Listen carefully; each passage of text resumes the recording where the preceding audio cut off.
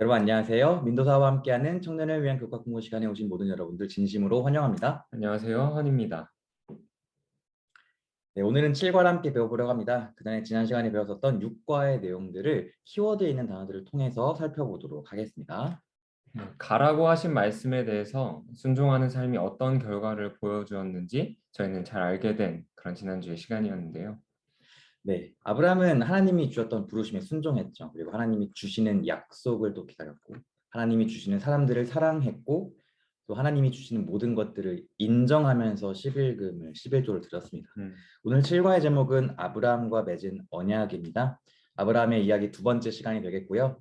또 노아 이후에 처음으로 언약이라는 단어가 등장하는 이야기가 되겠습니다. 음, 아브라함이 어떠했을 때에 하나님께서 언약을 보여주셨고 또 하나님이 주셨던 언약에 대해서 아브라함은 어떠한 반응을 했었고 이런 것들을 배우면서 우리가 아브라함의 교과가 3주 동안 반복될 거라 했잖아요. 그래서 다음 교과까지 이어질 아브라함의 숭고한 믿음을 보여줄 수 있었던 성장 과정들을 오늘은 보게 될 것입니다. 음. 시작하는 깨닫기는 하나님께서 아브라함에게 은혜로 허락하신 언약의 내용이 무엇이었는지를 확인한다입니다.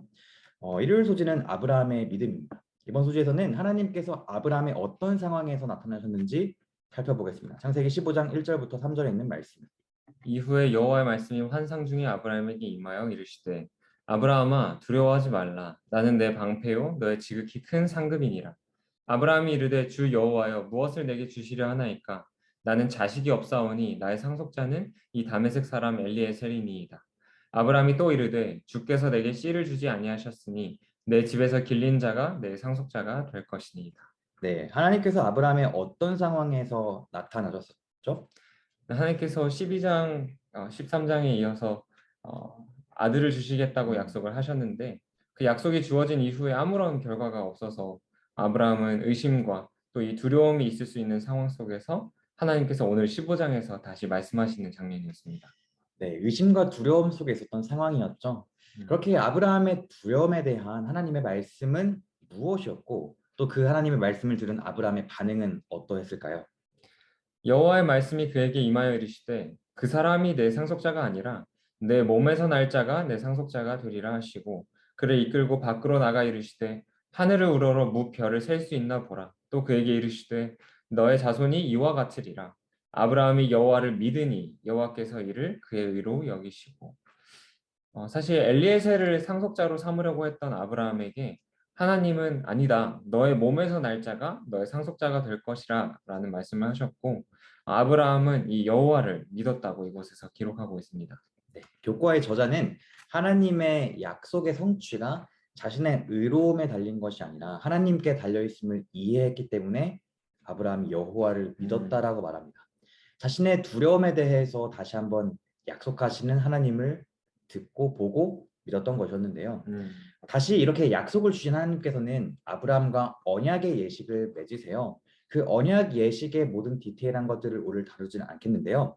밑에 있는 창세기 15장 17절부터 18절에 있는 말씀을 보시면은 언약식의 그 과정 중에서 동물을 음, 쪼갰고 그 쪼갠 동물 사이를 지나가야 했었던 그러한 사건들이 등장하거든요. 음, 언약의 예식에서 가장 중요한 것이 바로 이거였어요.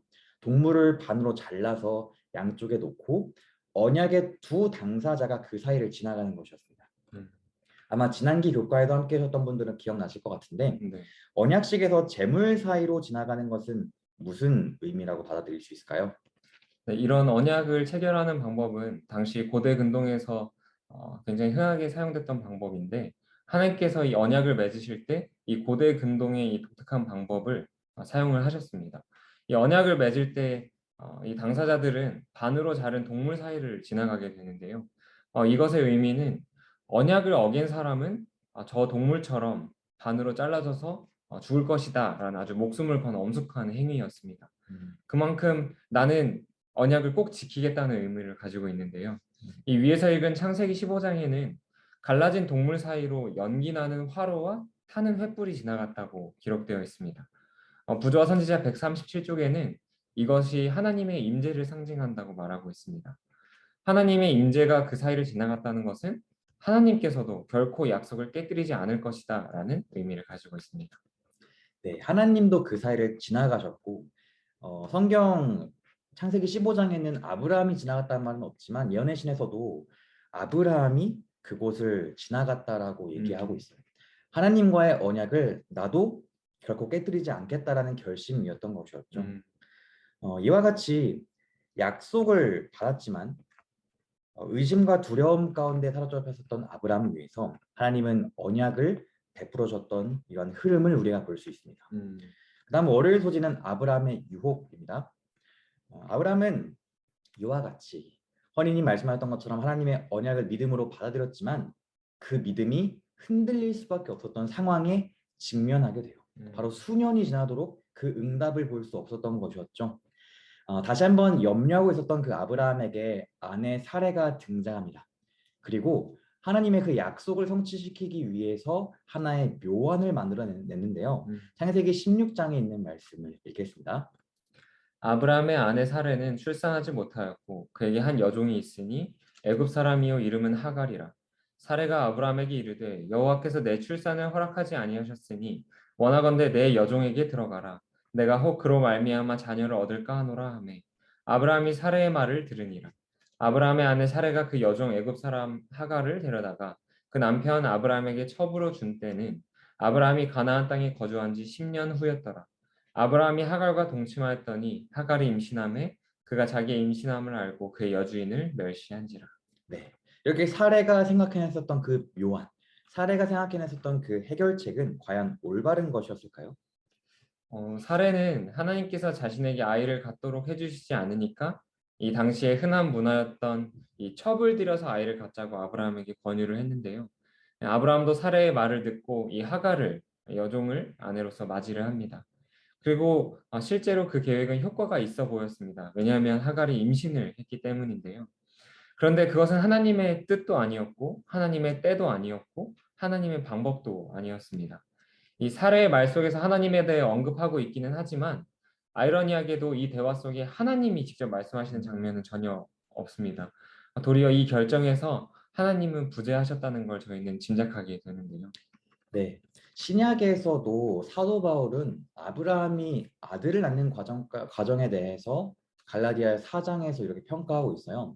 하나님의 약속에도 불구하고 하갈과 동침하기로 선택했었던 그 아브라함의 결정이 성경에서는 어떤 의미로 말하고 있는지 밑에 있는 말씀을 읽고 질문을 나눠보도록 하겠습니다. 기록된 바 아브라함에게 두 아들이 있으니 하나는 여종에게서 하나는 자유 있는 여자에게서 낳다 하였으며 여종에게서는 육체를 따라 낳고 자유 있는 여자에게서는 약속으로 말미암았느니라. 이 행동으로 어떻게 열매를 얻으려는 행함으로 말미암는 의의 대표적인 구절이 아닌가 싶은데요. 믿음으로 하지 않고 그래서 육체를 따라 태어난 그 아들은 나중에 아브라함 가족 안에서 큰 문제들이 일어나기 시작하죠. 사례의 계획은 하나님의 약속을 믿고 기다리는 것보다 더 효과적인 듯 보였지만 하나님의 뜻을 벗어난 사람의 계획은 앞날의 문제를 초래할 뿐이었습니다. 이렇게 아브라함이 반복적인 의심을 보여주고 있어요. 이렇게 반복적인 의심은 하나님의 계획에 없었던 그런 아들을 낳게 만들었고 가정의 불화를 가져오게 되었습니다. 물론 하나님께서는 사라와의 불화로 쫓겨나서 고통받았었던 그 하갈과 그 아들도 당신의 백성으로서 지켜주시고 함께하기를 원하셨어요. 그에 대한 보증으로서 하나님은 그의 아들의 이름을 이스마엘이라고 지어주었습니다. 그 뜻은 하나님께서 들으신다라는 뜻이었죠. 이 말은 집에서 내쫓겼었던 그 하갈에게도 꼭 필요한 말씀이었고요. 또 생각해보면 정작 하나님께서 들으신다라는 그 말씀이 가장 필요했던 사람들은 아브라함과 사레였던 것 같아요. 만약 그 사람들이 끝까지 하나님께 여쭈어서 하나님께서 분명히 들으시고 응답하신다는 것을 믿었다면 그 문제가 생기지 않았었겠죠. 다시 한번 그렇게 의심하고 넘어진 이 아브라함에 대해서 하나님은 어떻게 반응하실까? 그 다음 느끼기부터 살펴보겠습니다. 아브라함의 부족함에도 불구하고 자신이 맺은 언약에 충실하셨던 하나님의 은혜에 감사한다입니다. 화할 소지는 아브라함과 언약의 표징입니다. 이번 소지에서는 자신의 언약에 신실하신 하나님께서 언약의 표징을 주셨었던 모습을 보겠습니다. 시간이 지나고 이제 이스마엘이 태어났습니다. 그리고 아브라함의 삶에 하나님이 침묵하셨던 긴 기간이 지나서 하나님께서 아브라함에게 다시 한번 나타나십니다. 창세기 17장 7절부터 있는 말씀 읽겠습니다. 내가 내 언약을 나와 너 및 내 대대 후손 사이에 세워서 영원한 언약을 삼고 너와 내 후손의 하나님이 되리라. 내가 너와 내 후손에게 내가 거류하는 이 땅 곧 가나안 온 땅을 주어 영원한 기업이 되게 하고 나는 그들의 하나님이 되리라. 하나님이 또 아브라함에게 이르시되 그런즉 너는 내 언약을 지키고 내 후손도 대대로 지키라. 너희 중 남자는 다 할례를 받으라. 이것이 나와 너희와 너희 후손 사이에 지킬 내 언약이니라. 너희는 포피를 베어라. 이것이 나와 너희 사이의 언약의 표징이니라. 네. 이곳에는 처음으로 할례라는 것이 등장합니다. 할례는 어떤 의미로 주어졌던 것일까요? 할례는 하나님과의 약속을 나타내는 하나의 표라고 생각하면 좋을 것 같은데요. 특별히 로마서 4장 11절은 이것을 믿음을 인친 것이라고 표현을 하고 있습니다. 그가 할례의 표를 받은 것은 무할례 시의 믿음으로 된 의를 인친 것이니 이는 무할례자로서 믿는 모든 자의 조상이 되어 그들도 의로 여기심을 얻게 하려 하심이라. 네. 할례라는 것 자체가 남자의 성기에 포피를 자르는 것이잖아요. 근데 이것에 대해서 언약을 연구하는 학자들은 창세기 15장에서 동물을 반으로 쪼갰었던 잘랐었던 그 언약식을 떠올리게 만든다라고 얘기해요. 아브라함에게는 아주 오래전에 수십 년 전에 동물을 쪼개고 그 사이를 지나갔었던 그 굳은 결심이 잊혀질 수도 있었을 거예요. 그리고 그의 후손들도 그것을 잊고 살 수 있었을 텐데 하나님은 그것에 대한 언약의 증표로서 목숨을 걸고 맹세하신 하나님께서 내가 그 약속에 신실하다는 것을 기억하게 해주는 것이 바로 언약의 표징이었던 할례였습니다. 이제 아브라함과 그 후손들은 화장실에 갈 때마다 그리고 아내와 관계를 가질 때마다 나의 몸을 통해서 하나님의 언약이 성취될 것이구나 라는 것을 믿어야 했었습니다. 그렇다면 그 성취되어야 했었던 그 약속은 과연 무엇일까요? 바로 창세기 3장 15절에 아브라함의 씨를 통해 약속하신 여자의 후손, 그 메시아를 보내사 구원케 하실 것이다라는 그런 말씀이었습니다. 하나님이 그 언약의 표징, 언약의 징표를 주셨을 때 아브라함과 그 후손들은 자신의 자녀가 그 쪼개진 재물 사이를 지나가겠다라는 그런 목숨을 걸고 언약을 지키겠다라는 그런 결심을 잊지 않길 바라는 마음으로 할례를 베풀었습니다. 언약을 물려주고 계승하는 것이었죠. 하나님은 이제 아브라함에게 열국의 아버지라는 이름으로 아브라함이라는 이름을 주었고 사라에게는 열국의 어미라는 뜻의 사라라는 이름을 주었습니다. 믿음이 흔들리고 어려울 때 우리가 어떻게 하면 아브라함처럼 끝까지 믿음을 지킬 수 있을까? 아마 우리는 흔들릴지라도 그 약속에 신실하셔서 흔들리지 않는 하나님을 기억해야 하겠습니다. 그 다음 수요일 소지부터는 이야기가 조금씩 전환되는 것 같아요. 이전까지는 계속 반복적인 의심과 두려움 가운데서도 하나님의 신실하심과 언약을 경험했었던 그 아브라함이 어떠한 사람으로 변해가는가, 어떠한 사람으로 성장해가는가에 대해서 살펴볼 수 있을 것입니다. 수요일 소지는 약속의 아들. 하나님은 아브라함에게 사라를 통해 아들을 주시겠다라는 그런 약속을 확인시켜 주시고 싶어서 다시 한번 아브라함의 모습에 나타나시는데요. 이번에는 이전과는 다르게 하나님이 자신의 영광을 감추시고 평범한 새 나그네의 모습으로 아브라함의 집을 지나가십니다.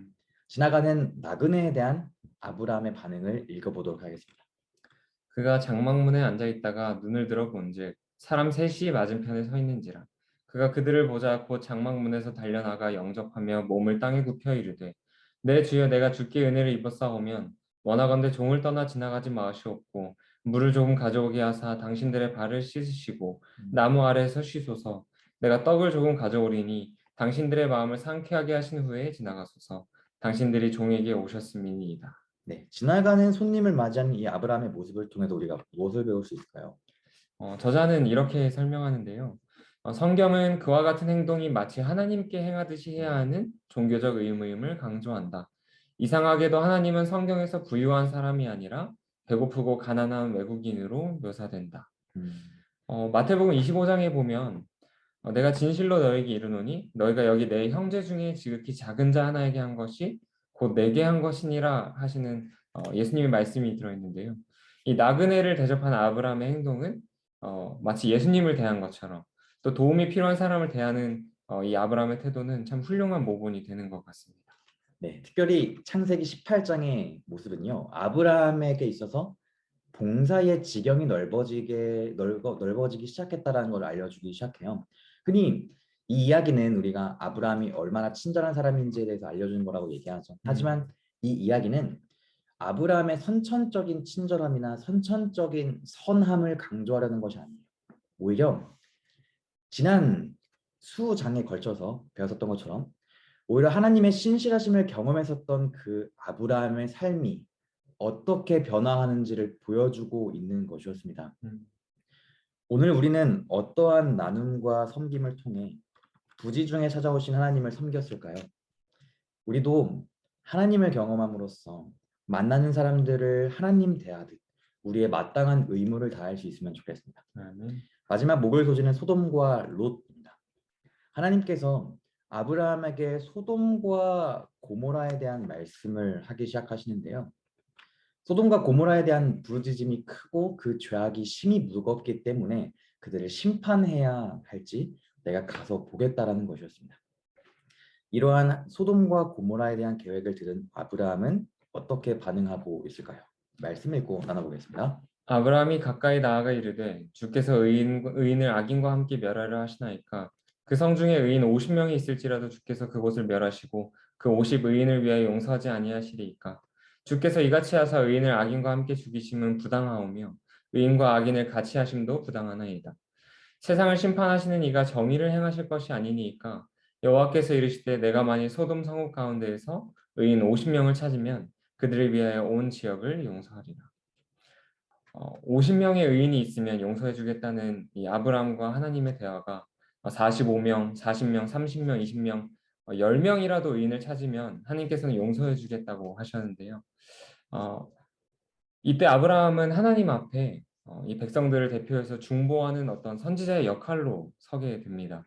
이것은 아브라함이 이 백성들을 위해서 기도했다는 히브리적인 표현이기도 한데요. 아쉽게도 하나님은 그곳에서 10명의 의인을 찾지 못하셨습니다. 그래서 그 땅을 멸망시켜야만 했는데요. 하나님의 천사는 그곳에 있던 의인 롯과 또 그의 가족들을 구원하셨지만 그 성을 떠나지 않았던 나머지 사람들은 어쩔 수 없이 성과 함께 멸망하고 말았습니다. 네, 이 이야기를 통해서 우리가 여러 가지 배울 수 있을 것 같아요. 도덕적으로는 나그네를 어떻게 대하는지에 따라서 구원의 여부가 결정되었던 것도 있고요. 또 롯의 아내의 이야기를 통해서는 떠나야 할 때 우리가 모든 것을 버리고 떠나가야 했다라는 것도 배울 수 있겠죠. 하지만 우리가 오늘 교과를 통해서 배워야 하는 것은 아브라함의 모습입니다. 반복적인 의심과 두려움 가운데서도 하나님의 신실함을 경험했었던 아브라함은 어떠한 사람이 되었을까요? 수일 소재에서는 아브라함이 나그네를 맞이함으로써 봉사의 지경이 넓어진 아브라함의 모습을 봤었고요. 목요일 소재에서는 소돔과 롯의 이야기를 통해서 아브라함의 기도의 지경이 넓어졌던 모습을 볼 수 있어요. 물론 이전에도 아브라함은 자신의 친척인 롯을 구하기 위해서 전쟁을 했어요. 그렇지만 이번에는 조카 롯만을 위해서가 아니라요. 악한 성이었었던 그 소돔 성 전체를 위해 기도하는 모습들을 보여주고 있어요. 하나님의 신실함을 경험했던 사람들은 이렇게 삶이 변해져 가기 시작합니다. 저는 점점 아브라함이 성경에 등장하는 예수님을 닮아가고 있다고 느껴요. 그리고 이러한 아브라함의 점진적인 성장이 정말 이렇게 자세히 등장하는 것에는 분명한 개연성이 있고 분명한 목적이 있습니다. 그것은 바로 다음 과에 배우게 될 모리아산의 사건과 연결이 될 것 같은데요. 이렇게 완전한 믿음을 보여줬었던 창세기 22장의 아브라함이 어떻게 그러한 믿음을 보여줄 수 있었을까?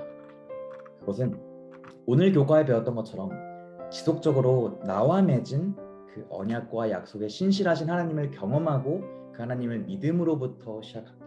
그 믿음이 아브라함을 성장시키고 있었습니다. 아마 마지막 멸망당한 소돔의 모습은 오늘날 우리가 살아가는 세상과 참 많이 닮아 있는 것 같아요. 그리고 그러한 마지막 때의 세상을 위해서 하나님은 아브라함과 같이 사람을 사랑으로 섬길 수 있고 기도할 수 있는 사람들을 필요로 하실 것입니다. 우리가 그렇게 될 수 있도록 하나님의 신실하심을 삶에서 경험하게 되기를 소원합니다. 아멘. 결론 읽고 마치겠습니다. 하나님께서는 아브라함의 씨를 통해 믿음의 계보를 이어가시겠다는 분명한 약속을 주셨지만 아브라함은 의심했습니다. 하지만 하나님께서는 자신이 맺은 언약에 충실하여 다시 한번 아들을 주시겠다 약속하셨고 아브라함은 믿음으로 받아들였습니다. 우리도 실수할 수 있지만 은혜로 허락하시는 하나님의 구원의 선물을 거절하지 말고 받아야 합니다. 이렇게 7과의 제목 아브라함과 맺은 언약을 마치게 되었습니다. 허니님은 이번 과를 마치면서 어떻게 정리하고 싶으신가요? 네, 하나님의 약속은 저 인간의 눈으로 보기에는 더뎌 보일지 모르고 안 이루어지는 것처럼 보일지 모르지만 끝내는 반드시 지켜진다는 사실이 오늘날 저희가 예수님의 재림을 기다리는 사람으로서 저희에게도 희망이 되는 창세기의 메시지였던 것 같습니다. 네, 감사합니다. 저는 두 가지가 머리에 남는 것 같아요. 먼저 아브라함이 두려울 때마다 그리고 의심이 갈 때마다 하나님이 언약과 약속을 확증하셨다라는 것이고요. 또 그 약속과 언약을 믿음으로써 믿음과 신앙의 성장을 경험해 갔었던 아브라함의 모습이 남아요. 사실 성경으로 보면은 한 장, 두 장, 몇 절, 몇 장의 간격이지만 실제 시간으로는 10년이 넘는 수십 년의 과정이었잖아요. 그렇게 긴 시간 동안 지속적으로 하나님을 신뢰하며 예수님을 닮아갔었던 이 아브라함의 모습은 정말 닮아가고 싶은 모습이었던 것 같아요. 함께 기도하겠습니다. 사랑의 아버지 하나님, 수십 년 동안 아버지와의 여정을 포기하지 않고 믿음으로 따라갔기 때문에 기도의 지경과 봉사의 지경이 넓어져 그 멸망해가는 그 세상에 등대와 같은 역할을 했던 아브라함과 같이 우리도 그러한 역할 낼 수 있도록 아버지와의 언약과 약속을 끝까지 신뢰할 수 있는 저희가 되게 도와주세요. 예수님의 이름으로 기도합니다. 네. 아멘.